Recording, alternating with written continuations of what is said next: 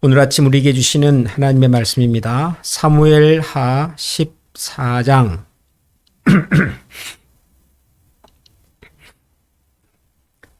사무엘하 14장 24절부터 33절까지를 한 절씩 교독하겠습니다. 사무엘하 14장 24절부터 마지막까지를 교독하겠습니다.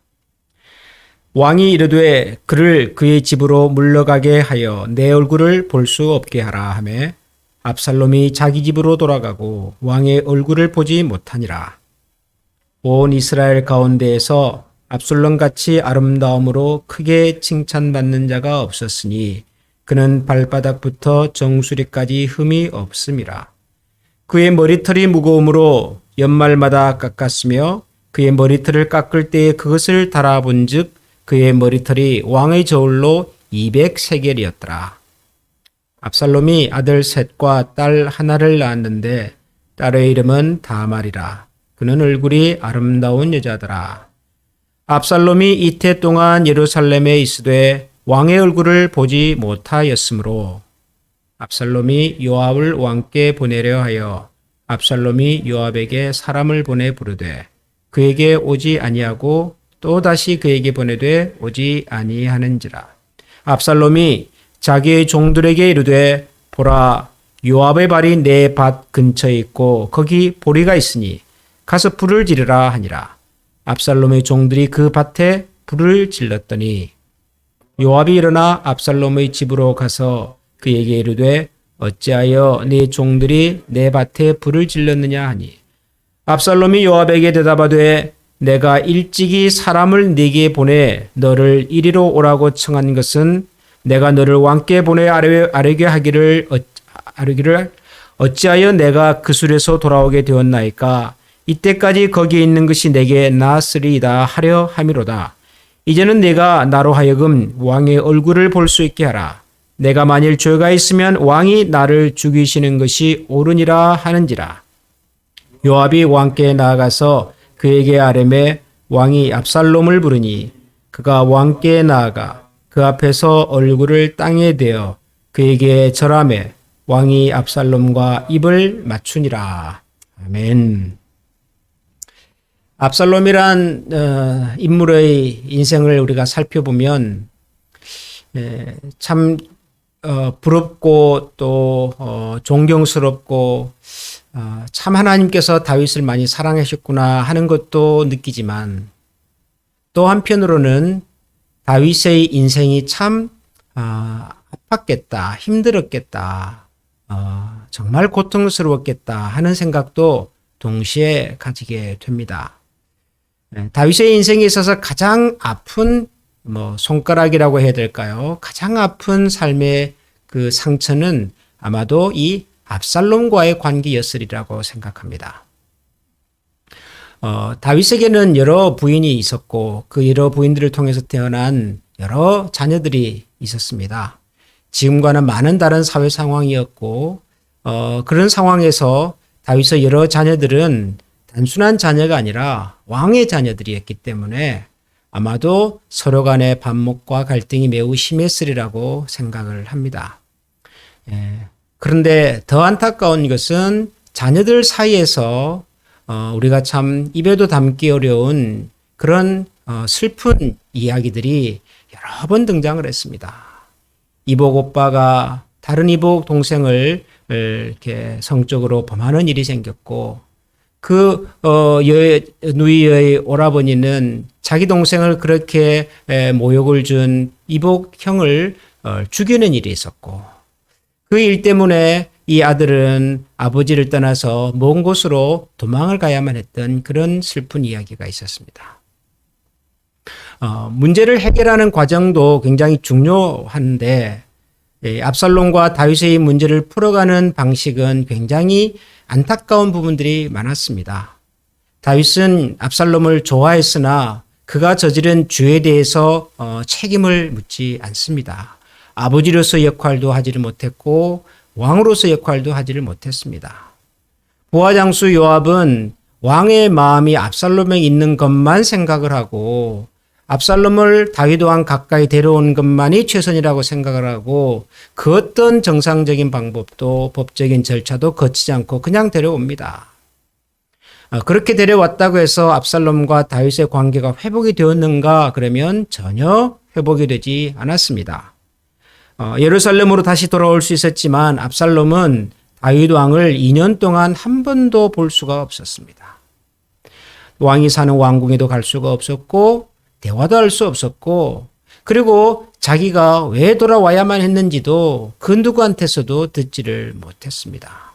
물론 자기가 이복형 암논을 죽인 죄를 지었다는 것은 알고 있으나 죄가 있으면 죄에 대해서 책임을 지고 혹은 그 죄의 문제를 해결할 수 있는 길을 열어주고 그래서 사랑했던 아버지 다윗을 다시 보기를 원했지만 다윗은 그 어떤 조치도 취하지 않습니다.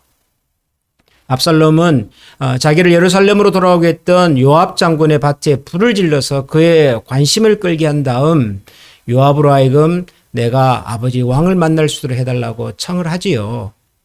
그리고 난 다음에 마지못해서 다윗은 압살롬을 만납니다. 그러나 그때는 이미 압살롬의 마음속에 아버지에 대한 분노와 그리고 미움과 적개심이 이미 가득 자리를 차고 있었던 때입니다.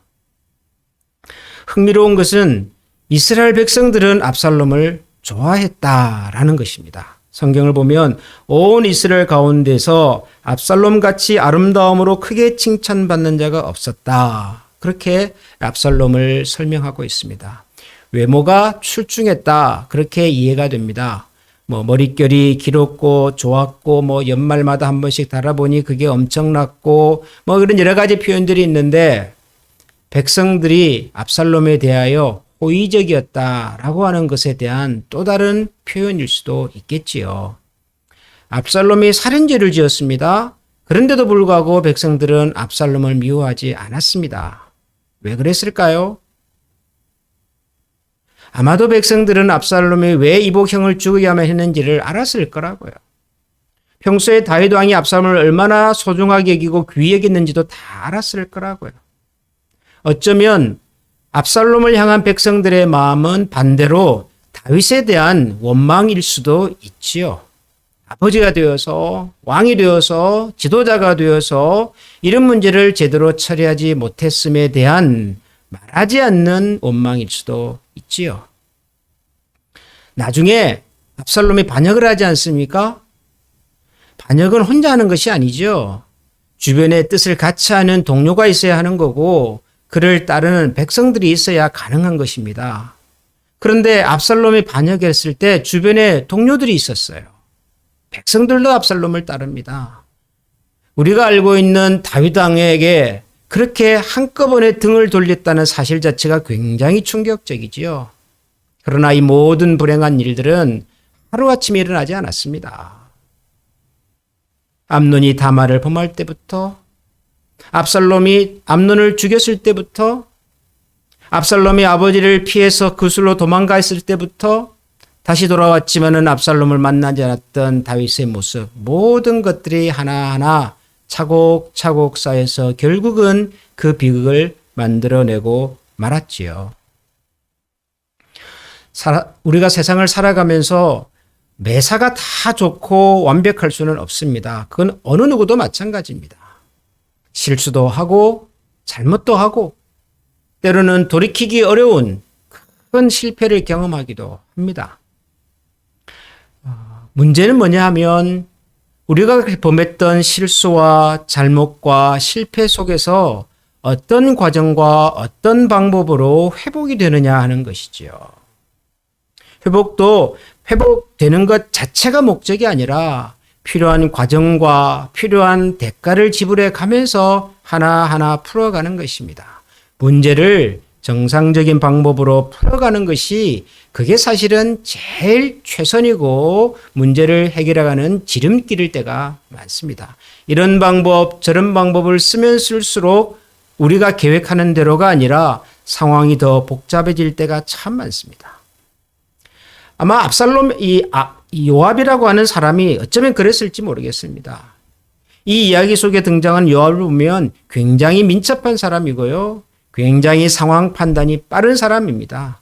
무엇을 해야 왕이 기뻐하고 무엇을 해야 자기의 자리가 든든할지를 너무도 잘 아는 사람입니다. 요압 장군. 그러나 요압은 자기의 그 계획과 빼에 빠져서 결국은 돌이킬 수 없는 길로 접어들고 맙니다. 단순해 보이지만 그것이 정답이고 지름길일 때가 참 많습니다.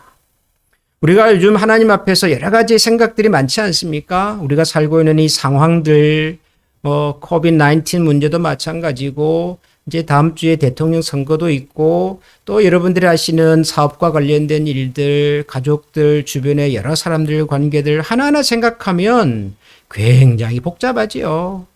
이것들이 여러 갈래로 서로 얽히고 설켜서 때로는 우리의 마음을 답답하게 할 때가 있습니다. 보통 이런 경우를 병적으로 발전이 됐을 때 공황장애 그러지 않습니까?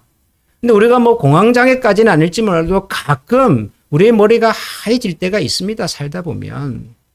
그런데 이런 상황을 해결해내는 또 해결해가는 가장 지름길은 결국은 기본입니다. 기본. 하나님 앞에서 우리가 가지고 있는 우리의 마음의 중심, 하나님께서 우리 가정을 향하여 가지신 하나님의 가장 원초적인 기대, 하나님께서 우리 교회를 향하여 가지고 계신 하나님의 가장 기본적인 마음과 소원, 거기서부터 다시 시작하는 것이지요. 아버지로서의 역할을 하는 거고요. 지도자로서의 역할을 하는 거고요. 그리고 백성으로서의 역할을 하는 것이죠. 거기에 서 있으면, 서 보면 그 다음 스텝, 또 한 스텝 하나하나씩 보일 수 있는데 우리는 한꺼번에 너무 많은 생각들을 하는 것이지요. 다윗과 압살롬의 이야기는 다윗의 인생에서도 아픔이지만 우리 자신들을 들여다보는 삶의 거울 같기도 합니다. 우리가 자녀들과의 문제든 혹은 가족 상호 간의 문제든 누군가의 관계 속에서 생겨졌던 갈등과 해결되지 못하는 아픔들을 하나님의 말씀 앞에서 순리적으로 풀어가고자 하는 그런 중심과 의지가 참 중요하고 필요할 때가 많습니다. 하나님께서 우리에게 그런 지혜를 주시도록 우리가 기도하면 좋겠습니다. 방법과 요령이 아니라 하나님의 말씀과 하나님 나라의 원칙에 근거해서 우리가 걸어야 하고 우리가 행동해야 하고 우리가 결정해야 할 것들을 바르게 판단하고 그리고 바르게 결정할 수 있는 지혜를 주시도록 우리 같이 기도하십시다. 특별히 다윗과 압살롬의 관계를 보면서 우리 주변에 혹은 우리 자신 가운데 관계의 문제로 힘들거나 어려운 부분들이 많이 떠오릅니다. 사람과 사람과의 문제일 수도 있겠고 부모와 자녀 사이의 문제일 수도 있겠고 혹은 성도와 성도 사이의 문제일 수도 있겠고 어떤 종류의 관계이든 그 속에 있는 아픔을 우리의 약함을 갈등을 하나님께서 순적하게 풀어주시도록 우리 같이 기도하십시다. 특별히 다음 주에 있을 대통령 선거를 위해서 여러분 기도해 주십시오. 정말 원만한 선거가 되고 그 결과에 대해서 사람들이 분노하지 않도록 하나님께서 우리에게 좋은 나라를 주시고 좋은 지도자를 주셨다고 믿고 새로운 나라와 사회를 만들어가는 일에 이 나라의 국민들이 다 같이 마음을 하나로 모아갈 수 있는 그런 대통령 선거가 되고 또 새로운 지도자가 나타날 수 있도록 하나님께서 이 나라를 특별히 불쌍히 여겨주시도록 하나님 앞에 우리 한번 간절히 기도하면 좋겠습니다. 우리 이 시간에 이런 마음을 가지고 한번 다 같이 마음을 모아 통성으로 기도하겠습니다. 다 같이 기도하겠습니다.